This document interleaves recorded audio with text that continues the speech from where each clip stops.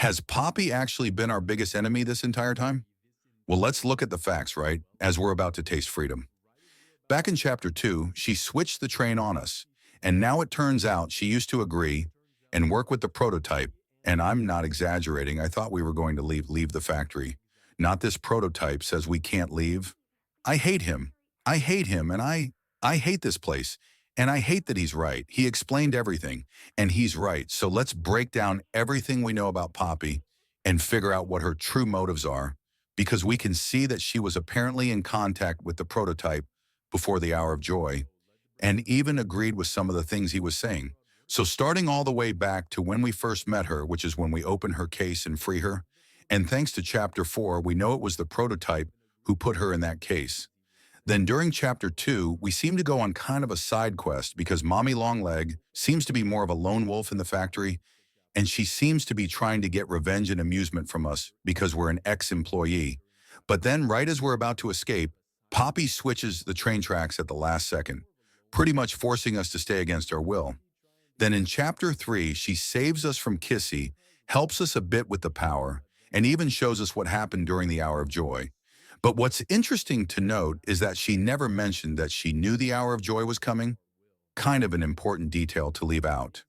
However, in the tape, she did seem a bit surprised by the aftermath. And maybe she was even tricked into this plan. It was awful. So awful. I didn't want. This wasn't what I thought we were going to leave the factory. All those people, and this now brings us to chapter 4, where Poppy goes back up for Kissy, and with absolutely no explanation at all, they make it down just in time to save us from the prototype. And throughout the chapter, Poppy seems to be kind of a side character compared to Doi taking the main stage and helping us.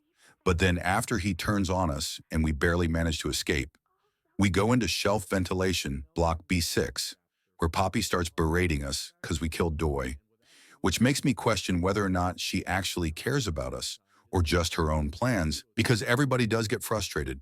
But we didn't tell her what happened. She must have seen the whole thing, or it could have been Oli feeding her lies. But then after this, we hear that apparently Ollie was the prototype this entire time. And when it threatens Poppy to be put into another case, this one sounding even more torturous than the first, she couldn't handle the pressure and runs through a hole that we and Kissy are too big to fit through, which could be one of two things: she either broke under pressure or she was showing her true colors, showing that she didn't really care about these toys or us, but just herself. And I find it hard to believe that it's just her breaking under pressure, because in the chapter 2 story so far, Video, when Harley talks about how Poppy switched the train on us, he says this: "You're perfect, too perfect to lose. I'm sorry, I can't let you leave it. Has long been the custom of those who call this factory home to use others for personal gain to stab them in the back. I'm certain it came to Poppy naturally, and so I lean more towards Poppy actually being a master manipulator. But now that we have all the puzzle pieces, let's put them together and figure out what her goal is. Why is she even doing all of this?" Well, this theory might be a bit unexpected, but it seems to fit quite nicely with the tapes and information that we received in one tape. We hear a call between Poppy and the prototype disguised as Oli. Now it's possible this is the real Oli, but judging based on the way he seems to be emotionally manipulating Poppy, my guess is that this is the prototype. And in the tape, we hear Poppy crying when she gets a call from Ollie. He tries to act like he wants to hear what Poppy has to say for her well-being. But in reality, it could just as easily be the prototype making sure she stays in line. Then Poppy reveals that the bad men have been performing some sort of surgery on her over and over and over, to the point where every time it happens, she doesn't feel it as much, and she's now even losing her identity. Then OE, or the prototype, says that he'll always be here for her, the final nail in the coffin, showing how tight of a grip the prototype has had on Poppy for all of these years. "Poppy, are you there?" "Yes, I'm here." "Are you feeling okay?" "I'm okay." "Did the bad men hurt you?" "There's nothing more they can do to hurt me." "I know what you're doing." Poppy talking like that. Don't think for a second that I believe it. Just tell me what you're feeling. Please just talk to me. Honestly, the bad man don't say what they want. They don't care how much anything hurts. It's been weeks and weeks of taking things out and putting them back in, and taking things out and putting them back in over and over and over. But you know what scares me more than anything, Ollie? It scares me that every time they do it, every time they peel me open, I feel it less. I'm nothing now, Ollie. No one. I'm a thing. You're not nothing to me. You're Poppy. I'm here, Poppy, for you. I'll always be here. But Oli isn't what I'm focusing on here. The main thing I'm looking at is what the bad men have done to Poppy.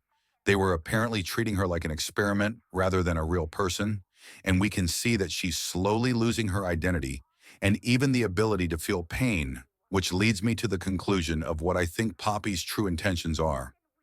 Revenge Poppy has been turned into a doll, forced to undergo experimentation over and over and over, to the point where she could be going insane.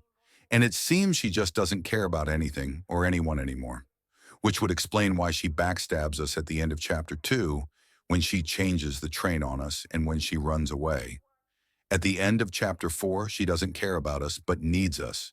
But the second she sees abandoning us as the better option, she makes a run for it, and Poppy's true motives is easy to see in the light of her plan to blow up the entire factory.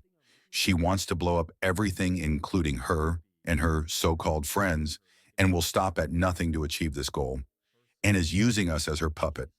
But honestly, it's kind of sad to see, similarly to Dioi's story, where he was really just a misunderstood kid, or even three kids.